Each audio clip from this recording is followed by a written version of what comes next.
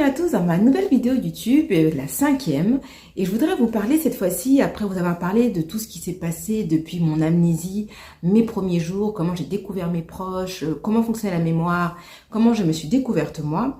Je voudrais aussi vous parler de comment s'est passée ma découverte du monde qui m'entoure. Et dans ça, sur différentes parties, le quotidien et le monde en général. Donc il faut savoir que moi, quand je suis sortie de l'hôpital, je l'ai expliqué dans une précédente vidéo, je ne savais même pas ce qu'était une ville, ce qui était le métro, ce qui était une voiture. J'avais oublié complètement le fonctionnement des choses. Donc quand je suis vraiment sortie de l'hôpital et que j'ai dû rentrer chez moi, j'étais accompagnée par quelqu'un de ma famille et donc on a pris un taxi. Et c'est vrai que ce qui est paradoxal avec le cerveau, c'est quelque chose que je ne comprenais pas mais qui ne m'effrayait pas pour autant. Typiquement une voiture, je savais pas ce que c'était, mais je suis montée dedans sans trop me poser de questions. Et puis il y a d'autres choses, par exemple, que j'ai pu voir et que je ne savais pas ce que c'était. Et pour moi, c'était même un petit peu effrayant. Notamment les bruits, par exemple, de la ville. La première chose qui m'a marqué, moi j'étais quand même dans un hôpital, dans une chambre, donc c'était assez calme. Les fenêtres s'ouvraient pas réellement. Une seule chose que je sais que je voyais beaucoup de ma chambre d'hôpital, c'était quelque chose qui passait tout le temps sous ma fenêtre, qui rythmait un peu mes journées, qui était un peu même hypnotisant pour moi. Et je saurais par la suite être le métro, mais je n'avais pas l'idée ce que c'était le métro, par exemple. Mais je me demandais quel était cet objet ou cette chose qui passait comme ça, à rythme très fréquent, mais je ne savais pas ce que c'était. Donc quand je sors de l'hôpital, je suis un peu effrayée par les bruits qu'on entend quand on ne sait pas les identifier. Ils peuvent vous faire peur, comme un cri ou les klaxons ou tout ce qui est les bruits d'une ville en fait. Et les gens qui vont à la campagne ou en province, sans être amnésiques, comprendront ce que je veux dire, puisque du coup c'est vrai que la ville est un environnement très bruyant. On a pris un taxi pour rentrer donc dans mon appartement, puisque j'habitais à Paris à l'époque. Et effectivement, ce qui était très révélateur, c'est qu'on arrive. Moi, je savais même pas ce qu'était une clé. Vous voyez, tout bêtement, à l'hôpital, il n'y avait pas de clé, les portes s'ouvrent, voilà, j'avais jamais eu l'utilité de cet objet. Et donc, personne me dit, tu as tes clés.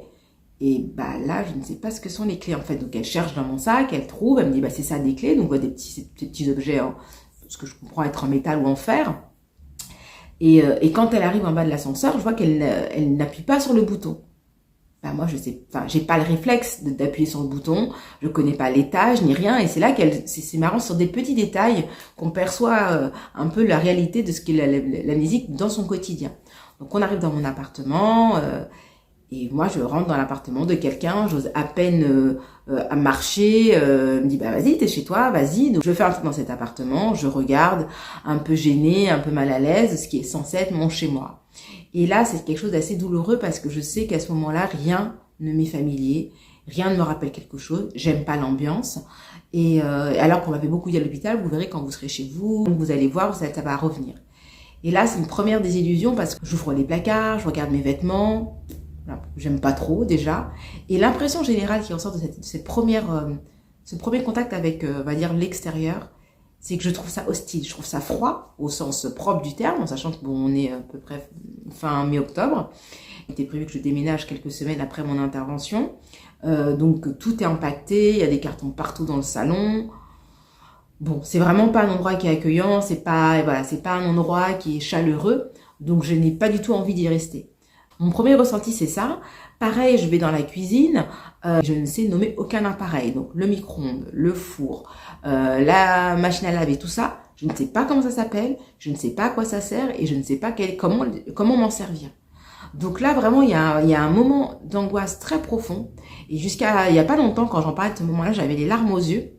Bon, aujourd'hui, ça va un peu mieux parce que j'ai pris, je ne sais pas comment vous dire, il y a eu un froid qui m'a glacé les os à ce moment-là, où je me suis sentie seule et tellement désemparée par rapport à tout ce que j'aurais à réapprendre et par rapport à ma famille inconnue. Donc voilà, ma soeur m'explique rapidement, mais j'écoute que d'une oreille comment ça se passe pour se servir de ces appareils-là, ces appareils qu'on appelle dits électroménagers. Le mot électroménager, vraiment, je le trouve compliqué, je le comprends pas. Bref, vous avez compris que le maître mot, c'est incompréhension.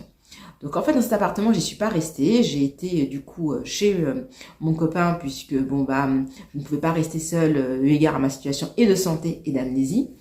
Donc je suis partie chez lui, où là l'appartement était un peu plus habité, plus chaleureux. C'est quand même quelques effets personnels chez lui. J'ai été quand même assez apeurée. J'avais aussi peur de rencontrer des gens que je pouvais connaître de ma vie d'avant, mais qui me reconnaîtraient. Alors ça fera l'objet d'une prochaine vidéo. Donc voilà concrètement comment s'est passée vraiment ma sortie d'hôpital. Et puis après, pour vous dire, globalement, moi, j'ai mis beaucoup de temps à sortir seule, dehors, parce que vous ne connaissez pas un endroit quand vous ne connaissez pas non plus les choses qui le composent, c'est très difficile. Je prends des fois l'exemple de quand c'est quelqu'un qui est dans un pays différent, pour vous donner l'impression de ce que c'est, même visuellement, quand vous connaissez pas, je pense des pays certainement d'Asie ou d'Afrique, où on dit souvent qu'on est dépaysé, parce que c'est vraiment d'autres choses, d'autres références. Sauf que moi, je n'en avais aucune. Et pendant plusieurs semaines, les gens venaient me voir, mais moi, je sortais très peu. Je pouvais pas être dans la rue sans être dans l'angoisse. Et j'ai dû, en fait, réapprendre à sortir seule pour aller chez le médecin, pour aller à mes rendez-vous médicaux, pour aller à la rééducation, puisque mon ami ne pouvait pas toujours être là et mon entourage ne pouvait pas être disponible. Donc, j'ai pris essentiellement beaucoup de taxis et VTC, puisque les transports, c'était impossible de reprendre les transports. Il fallait qu'on me réexplique le métro, les lignes de métro, comment prendre le métro. C'est pour moi quelque chose que j'aime pas du tout, mais je crois que ça, il faut pas même être amnésique pour pas forcément aimer de prendre le métro à Paris. Mais voilà, se repérer dans les lignes, avec les gens dans la rue qui vous regardent pas, à qui il faut dire bonjour. Donc voilà, et j'avais vraiment peur de me retrouver avec du monde. Donc j'ai eu beaucoup de mal à réapprendre et c'est encore difficile aujourd'hui pour moi, même si j'ai quitté Paris et c'est plus facile parce que la vie parisienne a un rythme qui moi m'était difficile à retrouver. Donc j'ai fait de la rééducation notamment avec une ergothérapeute pour réapprendre l'objet, les fonctions, donc le mot, l'image et l'utilisation. Parce que c'est deux choses, c'est bien beau des fois de savoir comment ça s'appelle, mais si vous savez pas vous en servir, ça sert pas à grand chose. Et des fois, vous savez peut-être instinctivement comment vous en servir, mais vous savez pas comment ça s'appelle et vous connaissez pas dans quelle catégorie que ça peut être. Par exemple, que c'est les outils, les ustensiles de cuisine, ou je sais pas. Toutes ces choses-là, j'ai dû les réapprendre et c'est comme ça que j'ai pu réapprendre un petit peu à réapprendre mon environnement. Pour les choses de la vie quotidienne, heureusement que j'étais avec, donc j'ai vécu donc longtemps chez mon ami, puisque je ne savais plus cuisiner, je ne savais plus faire à manger, je ne connaissais plus le goût des fruits, des légumes.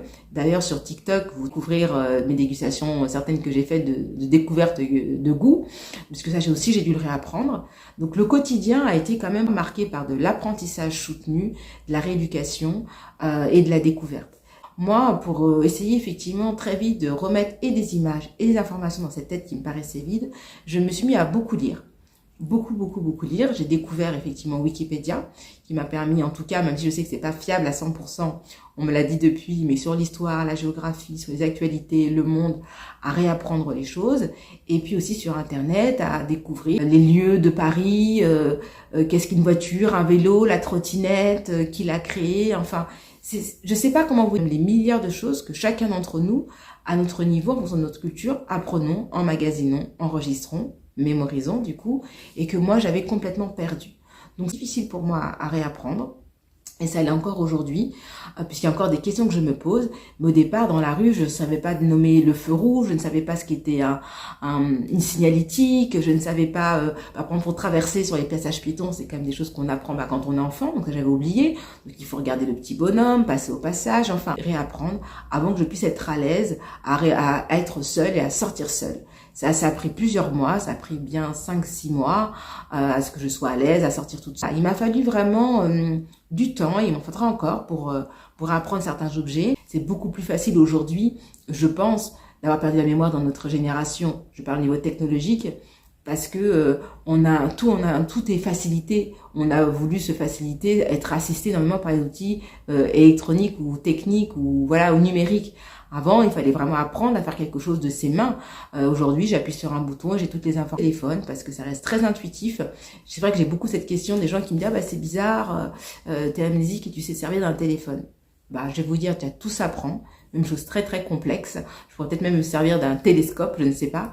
Un téléphone, c'est très simple. Un enfant se servir d'une tablette et d'un téléphone. Donc vu que souvent on me compare avec une enfant, du coup jusque là c'est logique. Il suffit d'appuyer sur des petites touches et c'est très intuitif un téléphone. Beaucoup servi déjà pour me réapproprier ma vie, puisque souvent les gens disent j'ai ma vie dans mon téléphone. Moi j'en avais une partie. Donc ça m'a aidé pour ça et puis ça m'a aussi permis d'avoir une fenêtre. C'est le cas de le dire, sur le monde qui m'entourait pour essayer de le comprendre et le mieux l'appréhender. Donc voilà, j'espère que dans cette vidéo, j'ai répondu à pas mal des questions que je reçois en commentaire sur comment s'est passé les objets du quotidien. Ça pourrait durer des heures, mais je ne vais pas vous saouler parce qu'en plus, je voulais vous donner les informations essentielles de comment moi, depuis mon amnésie, j'ai réappris à fonctionner et à vivre avec mon environnement. Et je vous retrouverai bientôt sur d'autres vidéos où je détaillerai plus en détail certaines particularités de la vie de tous les jours. Donc si cette vidéo t'a plu, n'hésite pas à t'abonner sur ma chaîne. Je démarre, raconter mon parcours, ma vie et puis mon évolution aussi, plus que je ne le fais sur les réseaux sociaux. Mais tu peux retrouver mon Insta, mon TikTok. N'hésite pas à t'abonner sur cette vidéo, sur ma page si elle t'a plu. Mettre le petit pouce pour m'encourager à continuer. Et je te dis à bientôt pour de nouvelles vidéos.